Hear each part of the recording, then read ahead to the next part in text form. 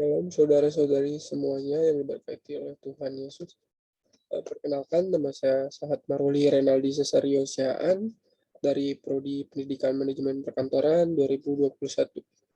Baik, di sini saya akan memaparkan sedikit materi mengenai Yesus Kristus, dosa dan keselamatan, Alkitab, iman dan ketaatan, purpose and driven life. Baik, langsung saja saya akan memaparkan mengenai materi terkait Yesus Kristus. Seperti yang kita tahu, pada saat ini kita umat beragama Kristen itu memiliki Tuhan atau Allah Bapa, Yesus Kristus. Mungkin pertama-tama sebelum masuk ke materi, saya ingin bertanya kepada saudara-saudari sekalian mengenai pengetahuan tentang apa itu dan siapa itu Tuhan Yesus Kristus. Baik, pertanyaannya mungkin cukup simpel bagi sebuah pertanyaan, tapi pertanyaan ini memiliki arti yang cukup bermakna dan memiliki arti bagaimana kita menilai atau menganggap Tuhan Yesus Kristus itu sendiri dalam hidup kita. Baik, dari saudara-saudari sekalian, apakah kalian mengenal Yesus Kristus? Siapakah Yesus Kristus itu? Kemudian dari beberapa pertanyaan tersebut, dapatkah atau tolong saudara-saudari jawab sepengetahuan saudara-saudari semenjak kalian mengetahui siapa itu Tuhan Yesus di diri kalian masing-masing. Mungkin kebanyakan dari orang-orang atau kebanyakan dari pernyataan umum atau orang-orang awam pada dasarnya atau pernyataan umumnya menjawab bahwa Tuhan Yesus itu adalah Tuhan dari orang-orang umat yang beragama Kristen. Oke, dari jawaban tersebut tidak ada salah, memang betul. Namun dari jawaban tersebut kita harus tahu bagaimana Yesus dapat bisa dikatakan sebagai Tuhan dari umat-umat orang beragama Kristen. Terus yang selanjutnya kita dapat mengambilnya dari kitab yang kita miliki atau kitab yang sering kita pelajari, yaitu Alkitab. Kitab mungkin saudara-saudari mempunyai atau memiliki di rumah saudari-saudari masing-masing dan bisa membukanya mengenai mukjizat atau kehadiran atau kelahiran Tuhan Yesus di dunia ini. Selanjutnya, Yesus yang tertulis dalam Alkitab itu adalah seorang yang lahir dari seorang nabi, atau bisa Yesus adalah seorang yang lebih dari seorang nabi atau manusia yang saleh dan juga guru yang lebih baik daripada seorang guru. Jadi dapat kita lihat bahwa Yesus adalah seorang yang lebih daripada seorang sekedar manusia biasa pada umumnya. Kemudian satu pertanyaan lagi dapat kita lihat bahwa Yesus adalah seorang yang lebih daripada manusia biasa. Itu apa sih ciri-cirinya? Kemudian apa sih yang membedakan dari seorang beragama Kristen? Nah, hal ini dapat dijawab mungkin melalui kitab Roma, Roma 10 ayatnya yang ke-9. Mungkin dari teman-teman atau saudara-saudari bisa membukanya di entah itu di Alkitab berupa buku atau Alkitab online berupa aplikasi atau melalui Google. Teman-teman, mari kita lihat dari beberapa ayat menunjukkan pertanyaan Yesus tentang ketuhanannya. Pertama, kita dapat melihat dan baca melalui Alkitab dari Yohanes 10 ayatnya yang ke-30, tentang aku dan Bapa adalah satu. Kemudian pada ayat selanjutnya, pada ayat Yohanes 14 ayat yang ke-9, yang terisi bahwa kata Yesus kepadanya, telah sekian lama aku bersama kamu, Filipus, namun engkau tidak mengenal aku. Barang siapa telah melihat aku, ia telah melihat Bapa. Bagaimana engkau berkata, tunjukkanlah Bapa itu pada kami. Kemudian pada Yohanes 14 ayatnya yang ke-6, berisi tentang akulah jalan kebenaran dan hidup. Tidak ada manusia yang datang kepada Bapa tanpa melalui aku. Yesus menjadi penghubung kita dengan Bapa. Kemudian pada Yohanes yang ke-17 ayatnya yang ke-22, dan aku telah memberikan kepada mereka kemuliaan yang kau berikan kepada aku, supaya mereka menjadi satu, sama seperti kita adalah satu. Kemudian dari beberapa ayat yang tadi telah saya sebutkan, pernyataan tersebut dapat kita ketahui jika Yesus adalah Tuhan yang diutus ke dalam dunia. Banyak sekali nubuat-nubuat tentang Yesus telah ada bertahun-tahun lalu sebelum Yesus lahir. Dalam Alkitab sendiri terdapat nubuat para nabi Israel tentang kedatangannya. Selanjutnya, nubuat yang ada yang terjadi dengan tempat seperti kelahiran Yesus, mukjizatnya, perkataan, kematian Yesus di kayu salib, kemudian kebangkitan, kenaikan, dan kedatangannya kembali. Kemudian pada pertanyaan selanjutnya, jadi siapakah Yesus itu? Jadi saya dapat menjawab atau memberikan sedikit jawaban terkait pendapat saya. Yesus adalah seorang pemenang. Yesus memberikan Roh Kudus kepada kita, dan Yesus naik ke surga untuk mempersiapkan tempat bagi anak-anaknya. Kemudian Yesus sendiri itu diutus oleh Allah ke dunia untuk menebus dosa-dosa kita, umatnya. Kemudian selanjutnya kita masuk ke pembahasan tentang dosa dan keselamatan. Baik, materi ini masih berhubungan dengan materi Yesus Kristus yang telah saya sampaikan barusan. Materi ini berhubungan dengan kedatangan Yesus ke dunia ini.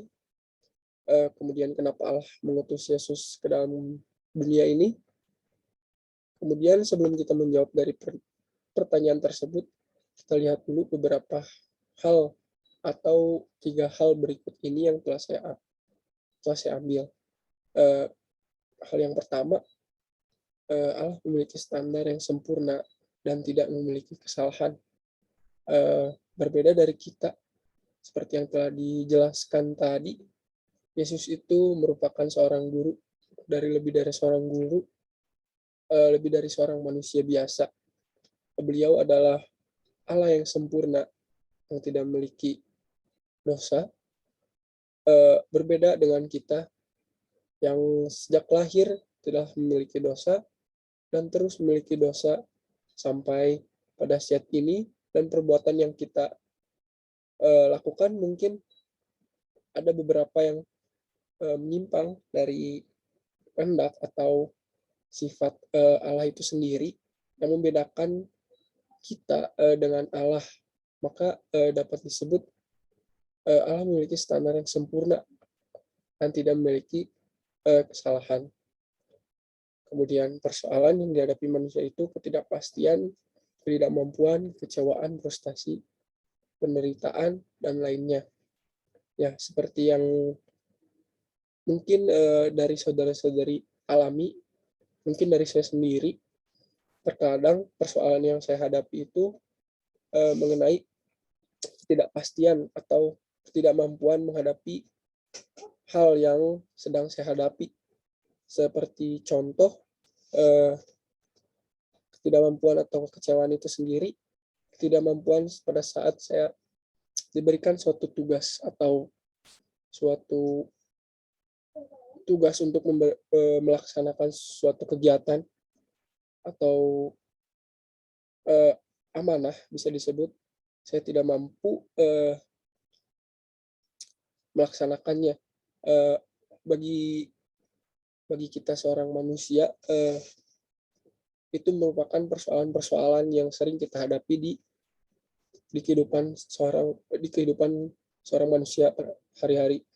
Mungkin dari saudara-saudari memiliki sebuah persoalan yang sering dihadapi, entah itu ketidakpastian, ketidakmampuan, kecewaan, frustasi, penderitaan, dan lain sebagainya. Kemudian yang ketiga, terdapat masalah besar manusia adalah dosa. Dosa itu manusiai dan Allah berpisah, sebab adanya penghalang mengakibatkan kematian. Seperti yang kita ketahui, dosa itu ada sejak manusia lahir dalam agama Kristen.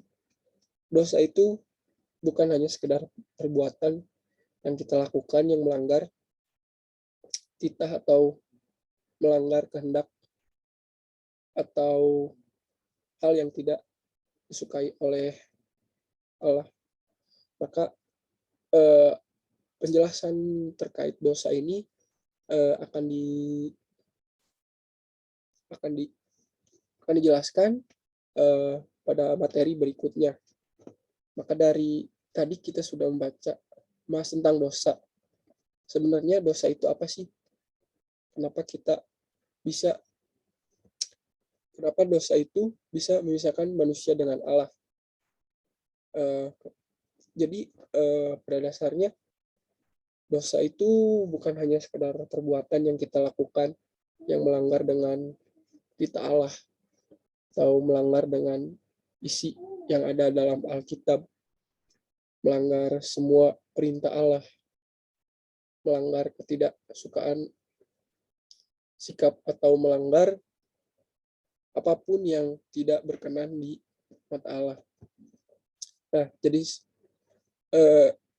tapi dosa itu merupakan suatu potensi yang ada dalam diri manusia untuk berbuat hal yang tidak diinginkan Tuhan. Nah, jadi setiap manusia itu telah memiliki bibit atau mungkin bisa disebut biji dosa dalam dirinya. Mungkin dapat kita lihat dalam Alkitab, boleh saudara-saudari buka, dapat kita baca dalam kitab Roma yang ke-7 ayat yang ke-17. Kalau demikian bukan aku lagi yang memperbuatnya, tapi dosa berada dalam aku.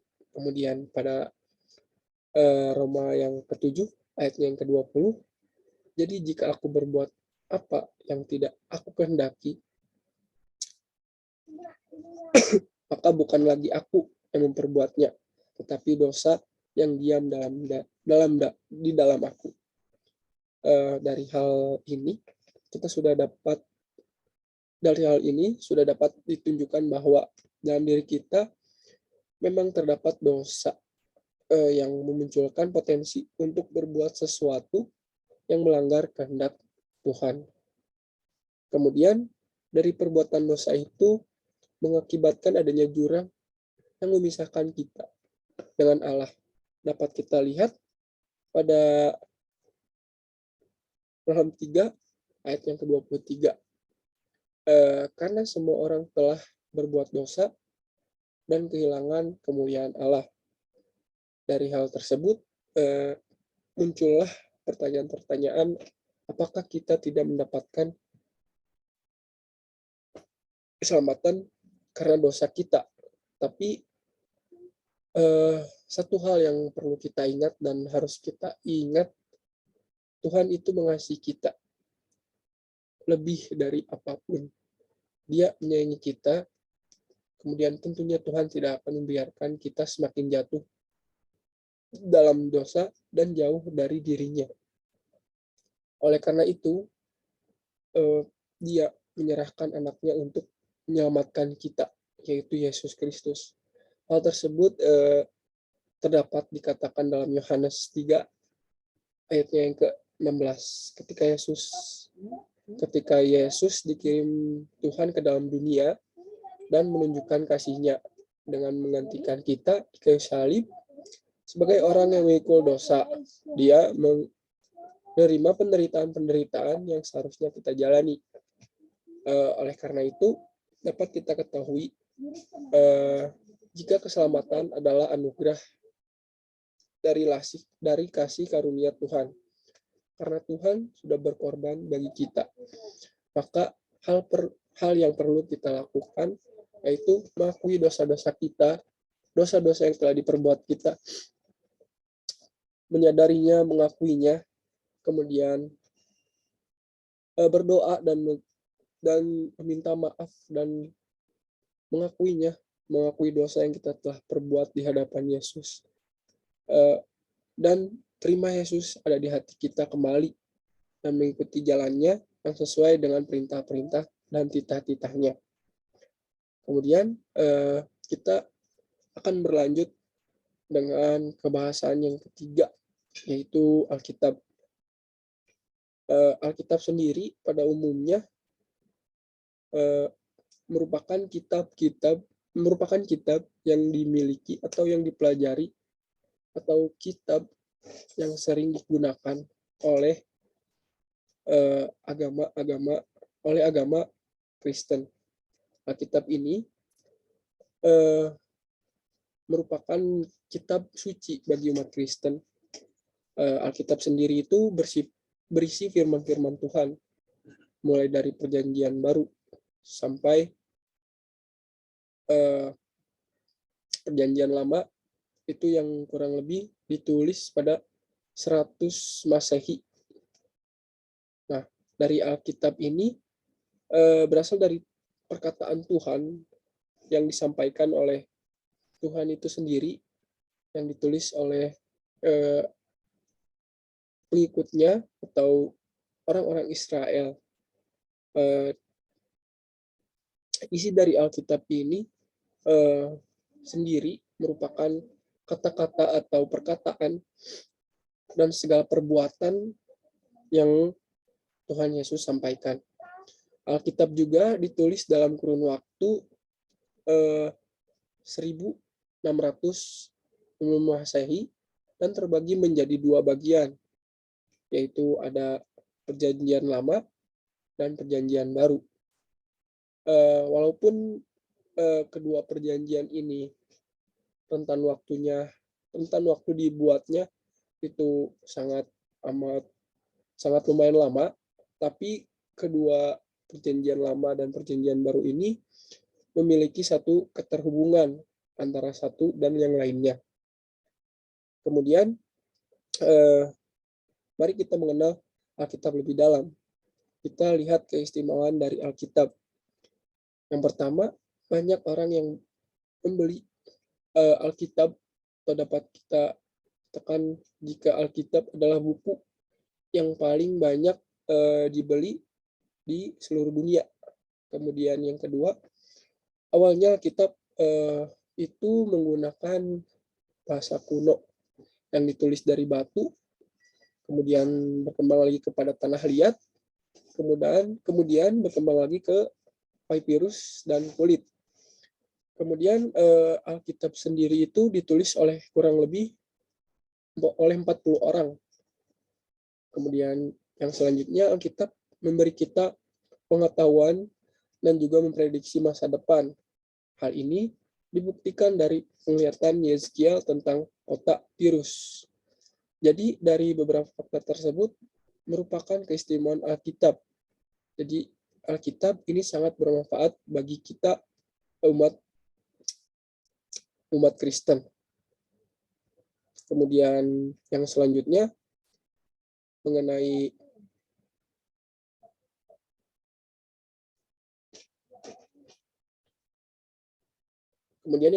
saat ini kita bisa mendapatkan Alkitab yang lebih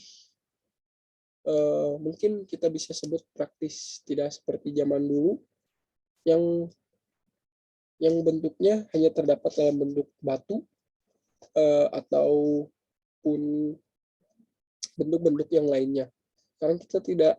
Sekarang tidak perlu repot-repot atau sudah jauh lebih praktis dari dahulu. Kita dapat membacanya dalam berbagai jenis media, entah itu media cetak atau media elektronik.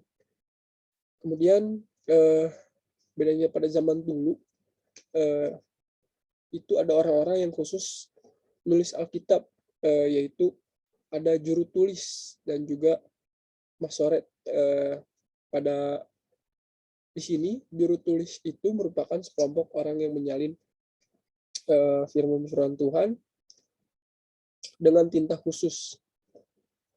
Mereka sangat berhati-hati dalam menulis firman Tuhan, memperhatikan tiap-tiap dari bagian yang akan mereka salin, mulai dari spasi dan juga huruf-huruf yang akan mereka gunakan nantinya. Adapun masoret merupakan juru tulis yang lebih teliti dan ketat dalam proses menyalin. Mereka menghitung setiap ayat, kata, bahwa huruf dari kata perjanjian lama yang akan disalin. Kemudian juru tulis dan juga masoret yang menulis firman Tuhan dengan sangat hati-hati dan juga perfeksionis dalam menyalin firman Tuhan. Kemudian juru tulis ini menulis dengan sangat hati-hati dan teliti agar tidak terjadi kesalahan.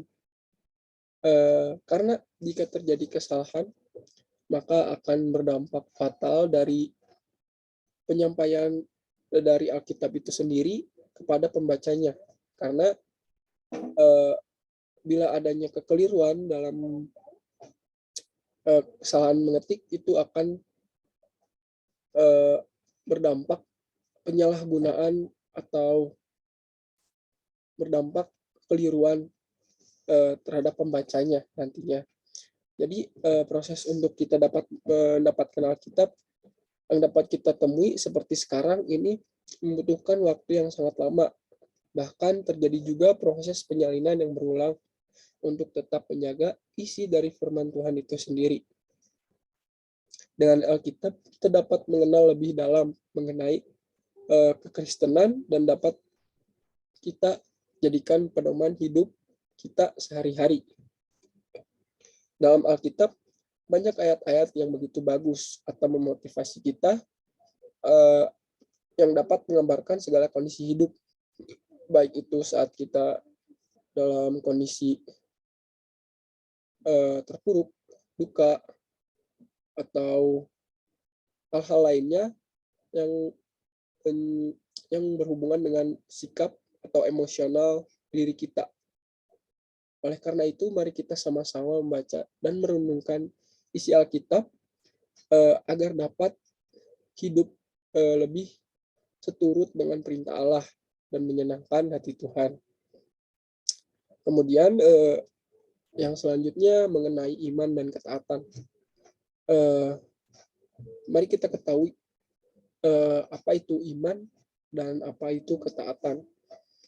Iman sendiri adalah suatu keyakinan atau suatu keyakinan kita kepada Tuhan atas segala firman-firman-Nya. Kemudian yang selanjutnya mengenai ketaatan. Ketaatan juga merupakan suatu perilaku kita mendengar dan mengikuti semua atau segala perintah atau aturan yang ada dalam merujuk hal tersebut pada perintah-perintah yang Tuhan telah sampaikan dan berikan yang tertulis dalam Alkitab. Ketaatan merupakan buah iman kita kepada Allah. Bukti jika kita adalah seorang orang percaya kepadanya dengan ketaatan pada hukum-hukum Tuhan yang Dia buat.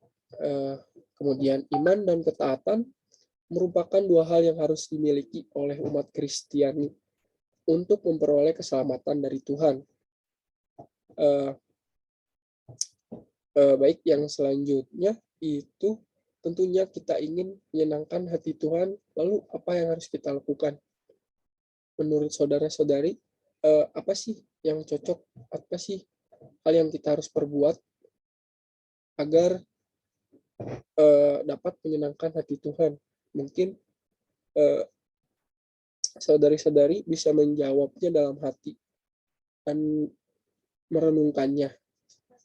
Kemudian, jadi hal yang dapat kita lakukan yaitu dengan berkomitmen untuk selalu taat atas segala perintah dan firman-Nya yang dapat kita mulai dari hati. Selain itu, Tuhan juga ingin agar kita dapat mengasihi Dia dengan segenap hati dan segenap jiwa, serta mengasihi sesama kita. Baik, selanjutnya itu memasuki materi terkait purpose driven life, atau yang dalam bahasa Indonesianya itu tujuan hidup. Untuk materi ini, purpose and driven life, mungkin saya atau saudari-saudari sering-sering bertanya, mungkin kenapa sih kita terlahir di dunia ini? Kenapa kita hidup? Apa sih tujuan dari hidup kita di dunia ini? Satu hal yang perlu kita ketahui bahwa segala sesuatu itu dimulai dari Allah dan kembali untuk Allah. Jadi kita ini juga dari Allah, dan tentunya Tuhan menciptakan kita dengan suatu harapan dan juga tujuan dari Allah. Perlu kita sadari, jika hanya dalam Allah saja kita dapat menemukan asal, identitas, makna, dan tujuan kita. Mungkin dari asal sendiri, bagaimana kita berasal, lahir, bagaimana kita bisa tercipta di dunia ini. Apa yang membuat kita tercipta di dunia ini. Kemudian identitas sendiri bisa mungkin dari nama atau identitas diri merupakan seperti beragama Kristen. Kemudian makna dari hidup sendiri itu apa sih? Apa sih tujuan makna kita hidup di dunia ini itu untuk apa? Kemudian yang tujuan sendiri, tujuan dan makna kita hidup sendiri itu sudah terdapat dalam Alkitab. Tujuan kita sendiri itu salah satunya itu untuk mengasihi sesama kita manusia. Dan kemudian yang terakhir target kita. Target kita itu sendiri untuk membahagiakan Allah agar kita diterima di sampingnya sebagai anak muridnya. Kemudian jadi kita dapat memilih dengan bebas, baik karir, cita-cita, hobi, dan lain sebagainya. Namun dari kebebasan kita memilih bagaimana kita memilih karir, cita-cita, hobi, dan lain sebagainya, kita harus kembali lagi pada harapan dan tujuan hidup yang telah Tuhan rencanakan bagi kita. Kita tidak boleh hanya memikirkan sifat yang hal duniawi. Kita juga harus memikirkan apa yang Tuhan inginkan, apa yang Tuhan ingin dari kita umat Kristiani berada di dunia ini. Kemudian kita dapat menemukan identitas kita melalui hubungan dengan Tuhan. Tuhan akan mengarahkan segala langkah hidup kita agar kita mencapai tujuan hidup kita. Jadi dari kita jangan khawatir, dari saudara-saudari maupun saya, kita tidak boleh khawatir dan jangan merasa jika kita diciptakan tidak ada tujuan yang harus dicapai. Mungkin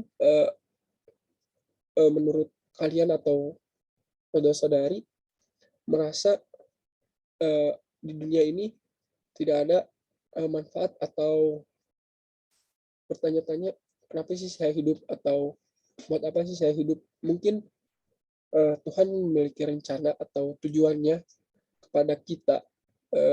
Rencana itu sendiri yang nantinya akan menuntun kita kepada Tuhan, yang nantinya itu akan membina kita ke jalan yang baik. Kemudian hal yang harus kita ingat itu jika Tuhan menciptakan kita bukan karena suatu kebetulan. Bahkan Tuhan saja telah memikirkan kita jauh sebelum kita mengenal Dia. Tuhan telah mempersiapkan dan merancang kehidupan kita dengan daripadanya. Walaupun kita bisa memilih atau merancang hidup kita, tapi Tuhan yang akan bergerak atas rencana tersebut. Jadi secara tidak langsung, walaupun kita memilih atau merancang sedemikian rupa hidup kita, ingin seperti apa atau ingin bagaimana, tapi itu kembali lagi kepada Tuhan yang akan menggerakkan atau mengarahkan kita melalui rencananya tersebut. Kemudian adapun manfaat dari kehidupan yang digerakkan oleh tujuan, yaitu dapat memberi arti dan makna. Jadi ketika kita mengetahui apa tujuan kita, maka kita akan lebih berarti. Seperti apa sih tujuan kita di dunia ini? Bagaimana kita memperoleh hal dengan tujuan yang kita akan gunakan itu. Kemudian yang kedua itu fokus. Nah, pada fokus ini dalam kita menjalani kehidupan, maka akan muncul sebuah motivasi dalam diri dalam menghadapi berbagai tantangan di dunia, sehingga kita dapat mempersiapkan diri untuk mencapai tujuan dan harapan Tuhan, yaitu kekekalan. Kemudian kita juga akan ingat kembali jika Tuhan menciptakan kita untuk mempersiapkan kita di kehidupan yang kekal. Itu bisa terdapat atau bisa dilihat kalau saudara-saudari pada Pengkhotbah 3 ayatnya yang ke-11, Ia membuat segala sesuatu indah pada waktunya. Bahkan Ia memberikan kekekalan dalam hati mereka, tetapi manusia tidak dapat menyelami pekerjaan yang dilakukan Allah dari awal sampai akhir. Jadi Tuhan memberikan kekekalan pada kita, kekekalan menawarkan dua hal, yaitu neraka dan surga. Tempat kita berada, baik itu di neraka ataupun surga, akan ditentukan melalui hubungan kita dengan Tuhan di dunia ini. Oleh karena itu, kita harus hidup terang kekekalan yang menghargai hubungan dan karakter. Kehidupan kita di bumi merupakan sebuah tujuan, sebuah ujian dari Tuhan. Hal ini tentu ada maksud tertentu, yaitu Tuhan memberikan kita kesempatan untuk memperdalam karakter dan kasih pada Tuhan. Tuhan mengharapkan agar kita bisa melewati ujian tersebut.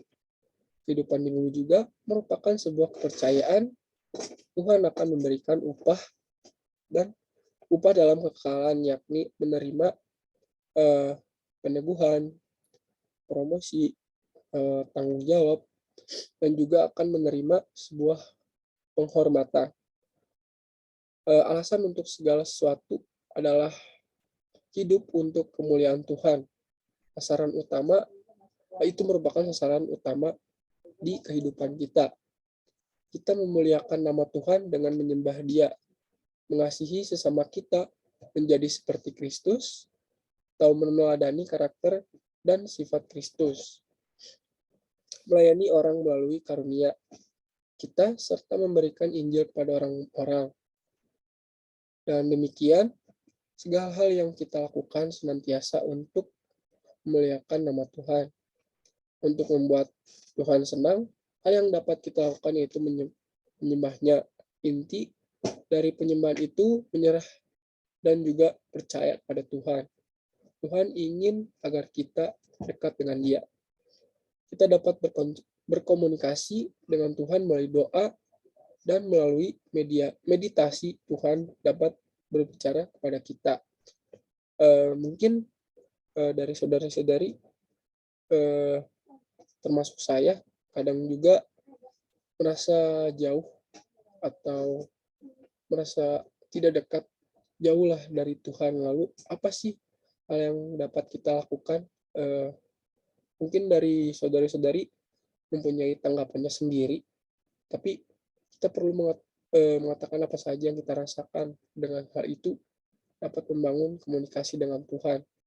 Itu merupakan eh, hal yang dapat kita lakukan. Kemudian pusatkan kembali perhatian kepada Tuhan, karena Dia tidak pernah berubah, atau kasih yang Tuhan berikan tetap sama kepada kita sama anaknya. Kemudian percaya bahwa Tuhan akan menepati janjinya. Ingat kembali apa yang telah Tuhan lakukan untuk kita saat menghadapi masalah. Tuhan akan membantu kita dengan solusi yang sudah ditentukan oleh Tuhan. Baik, sekian dari pemaparan ke materi yang bisa saya sampaikan. Mohon maaf apabila ada salah kata penyampaian, entah itu penyampaian dalam penulisan dalam Alkitab atau penyampaian materi yang telah saya sampaikan tadi. Selebihnya, saya mohon maaf. Terima kasih telah mengklik video ini.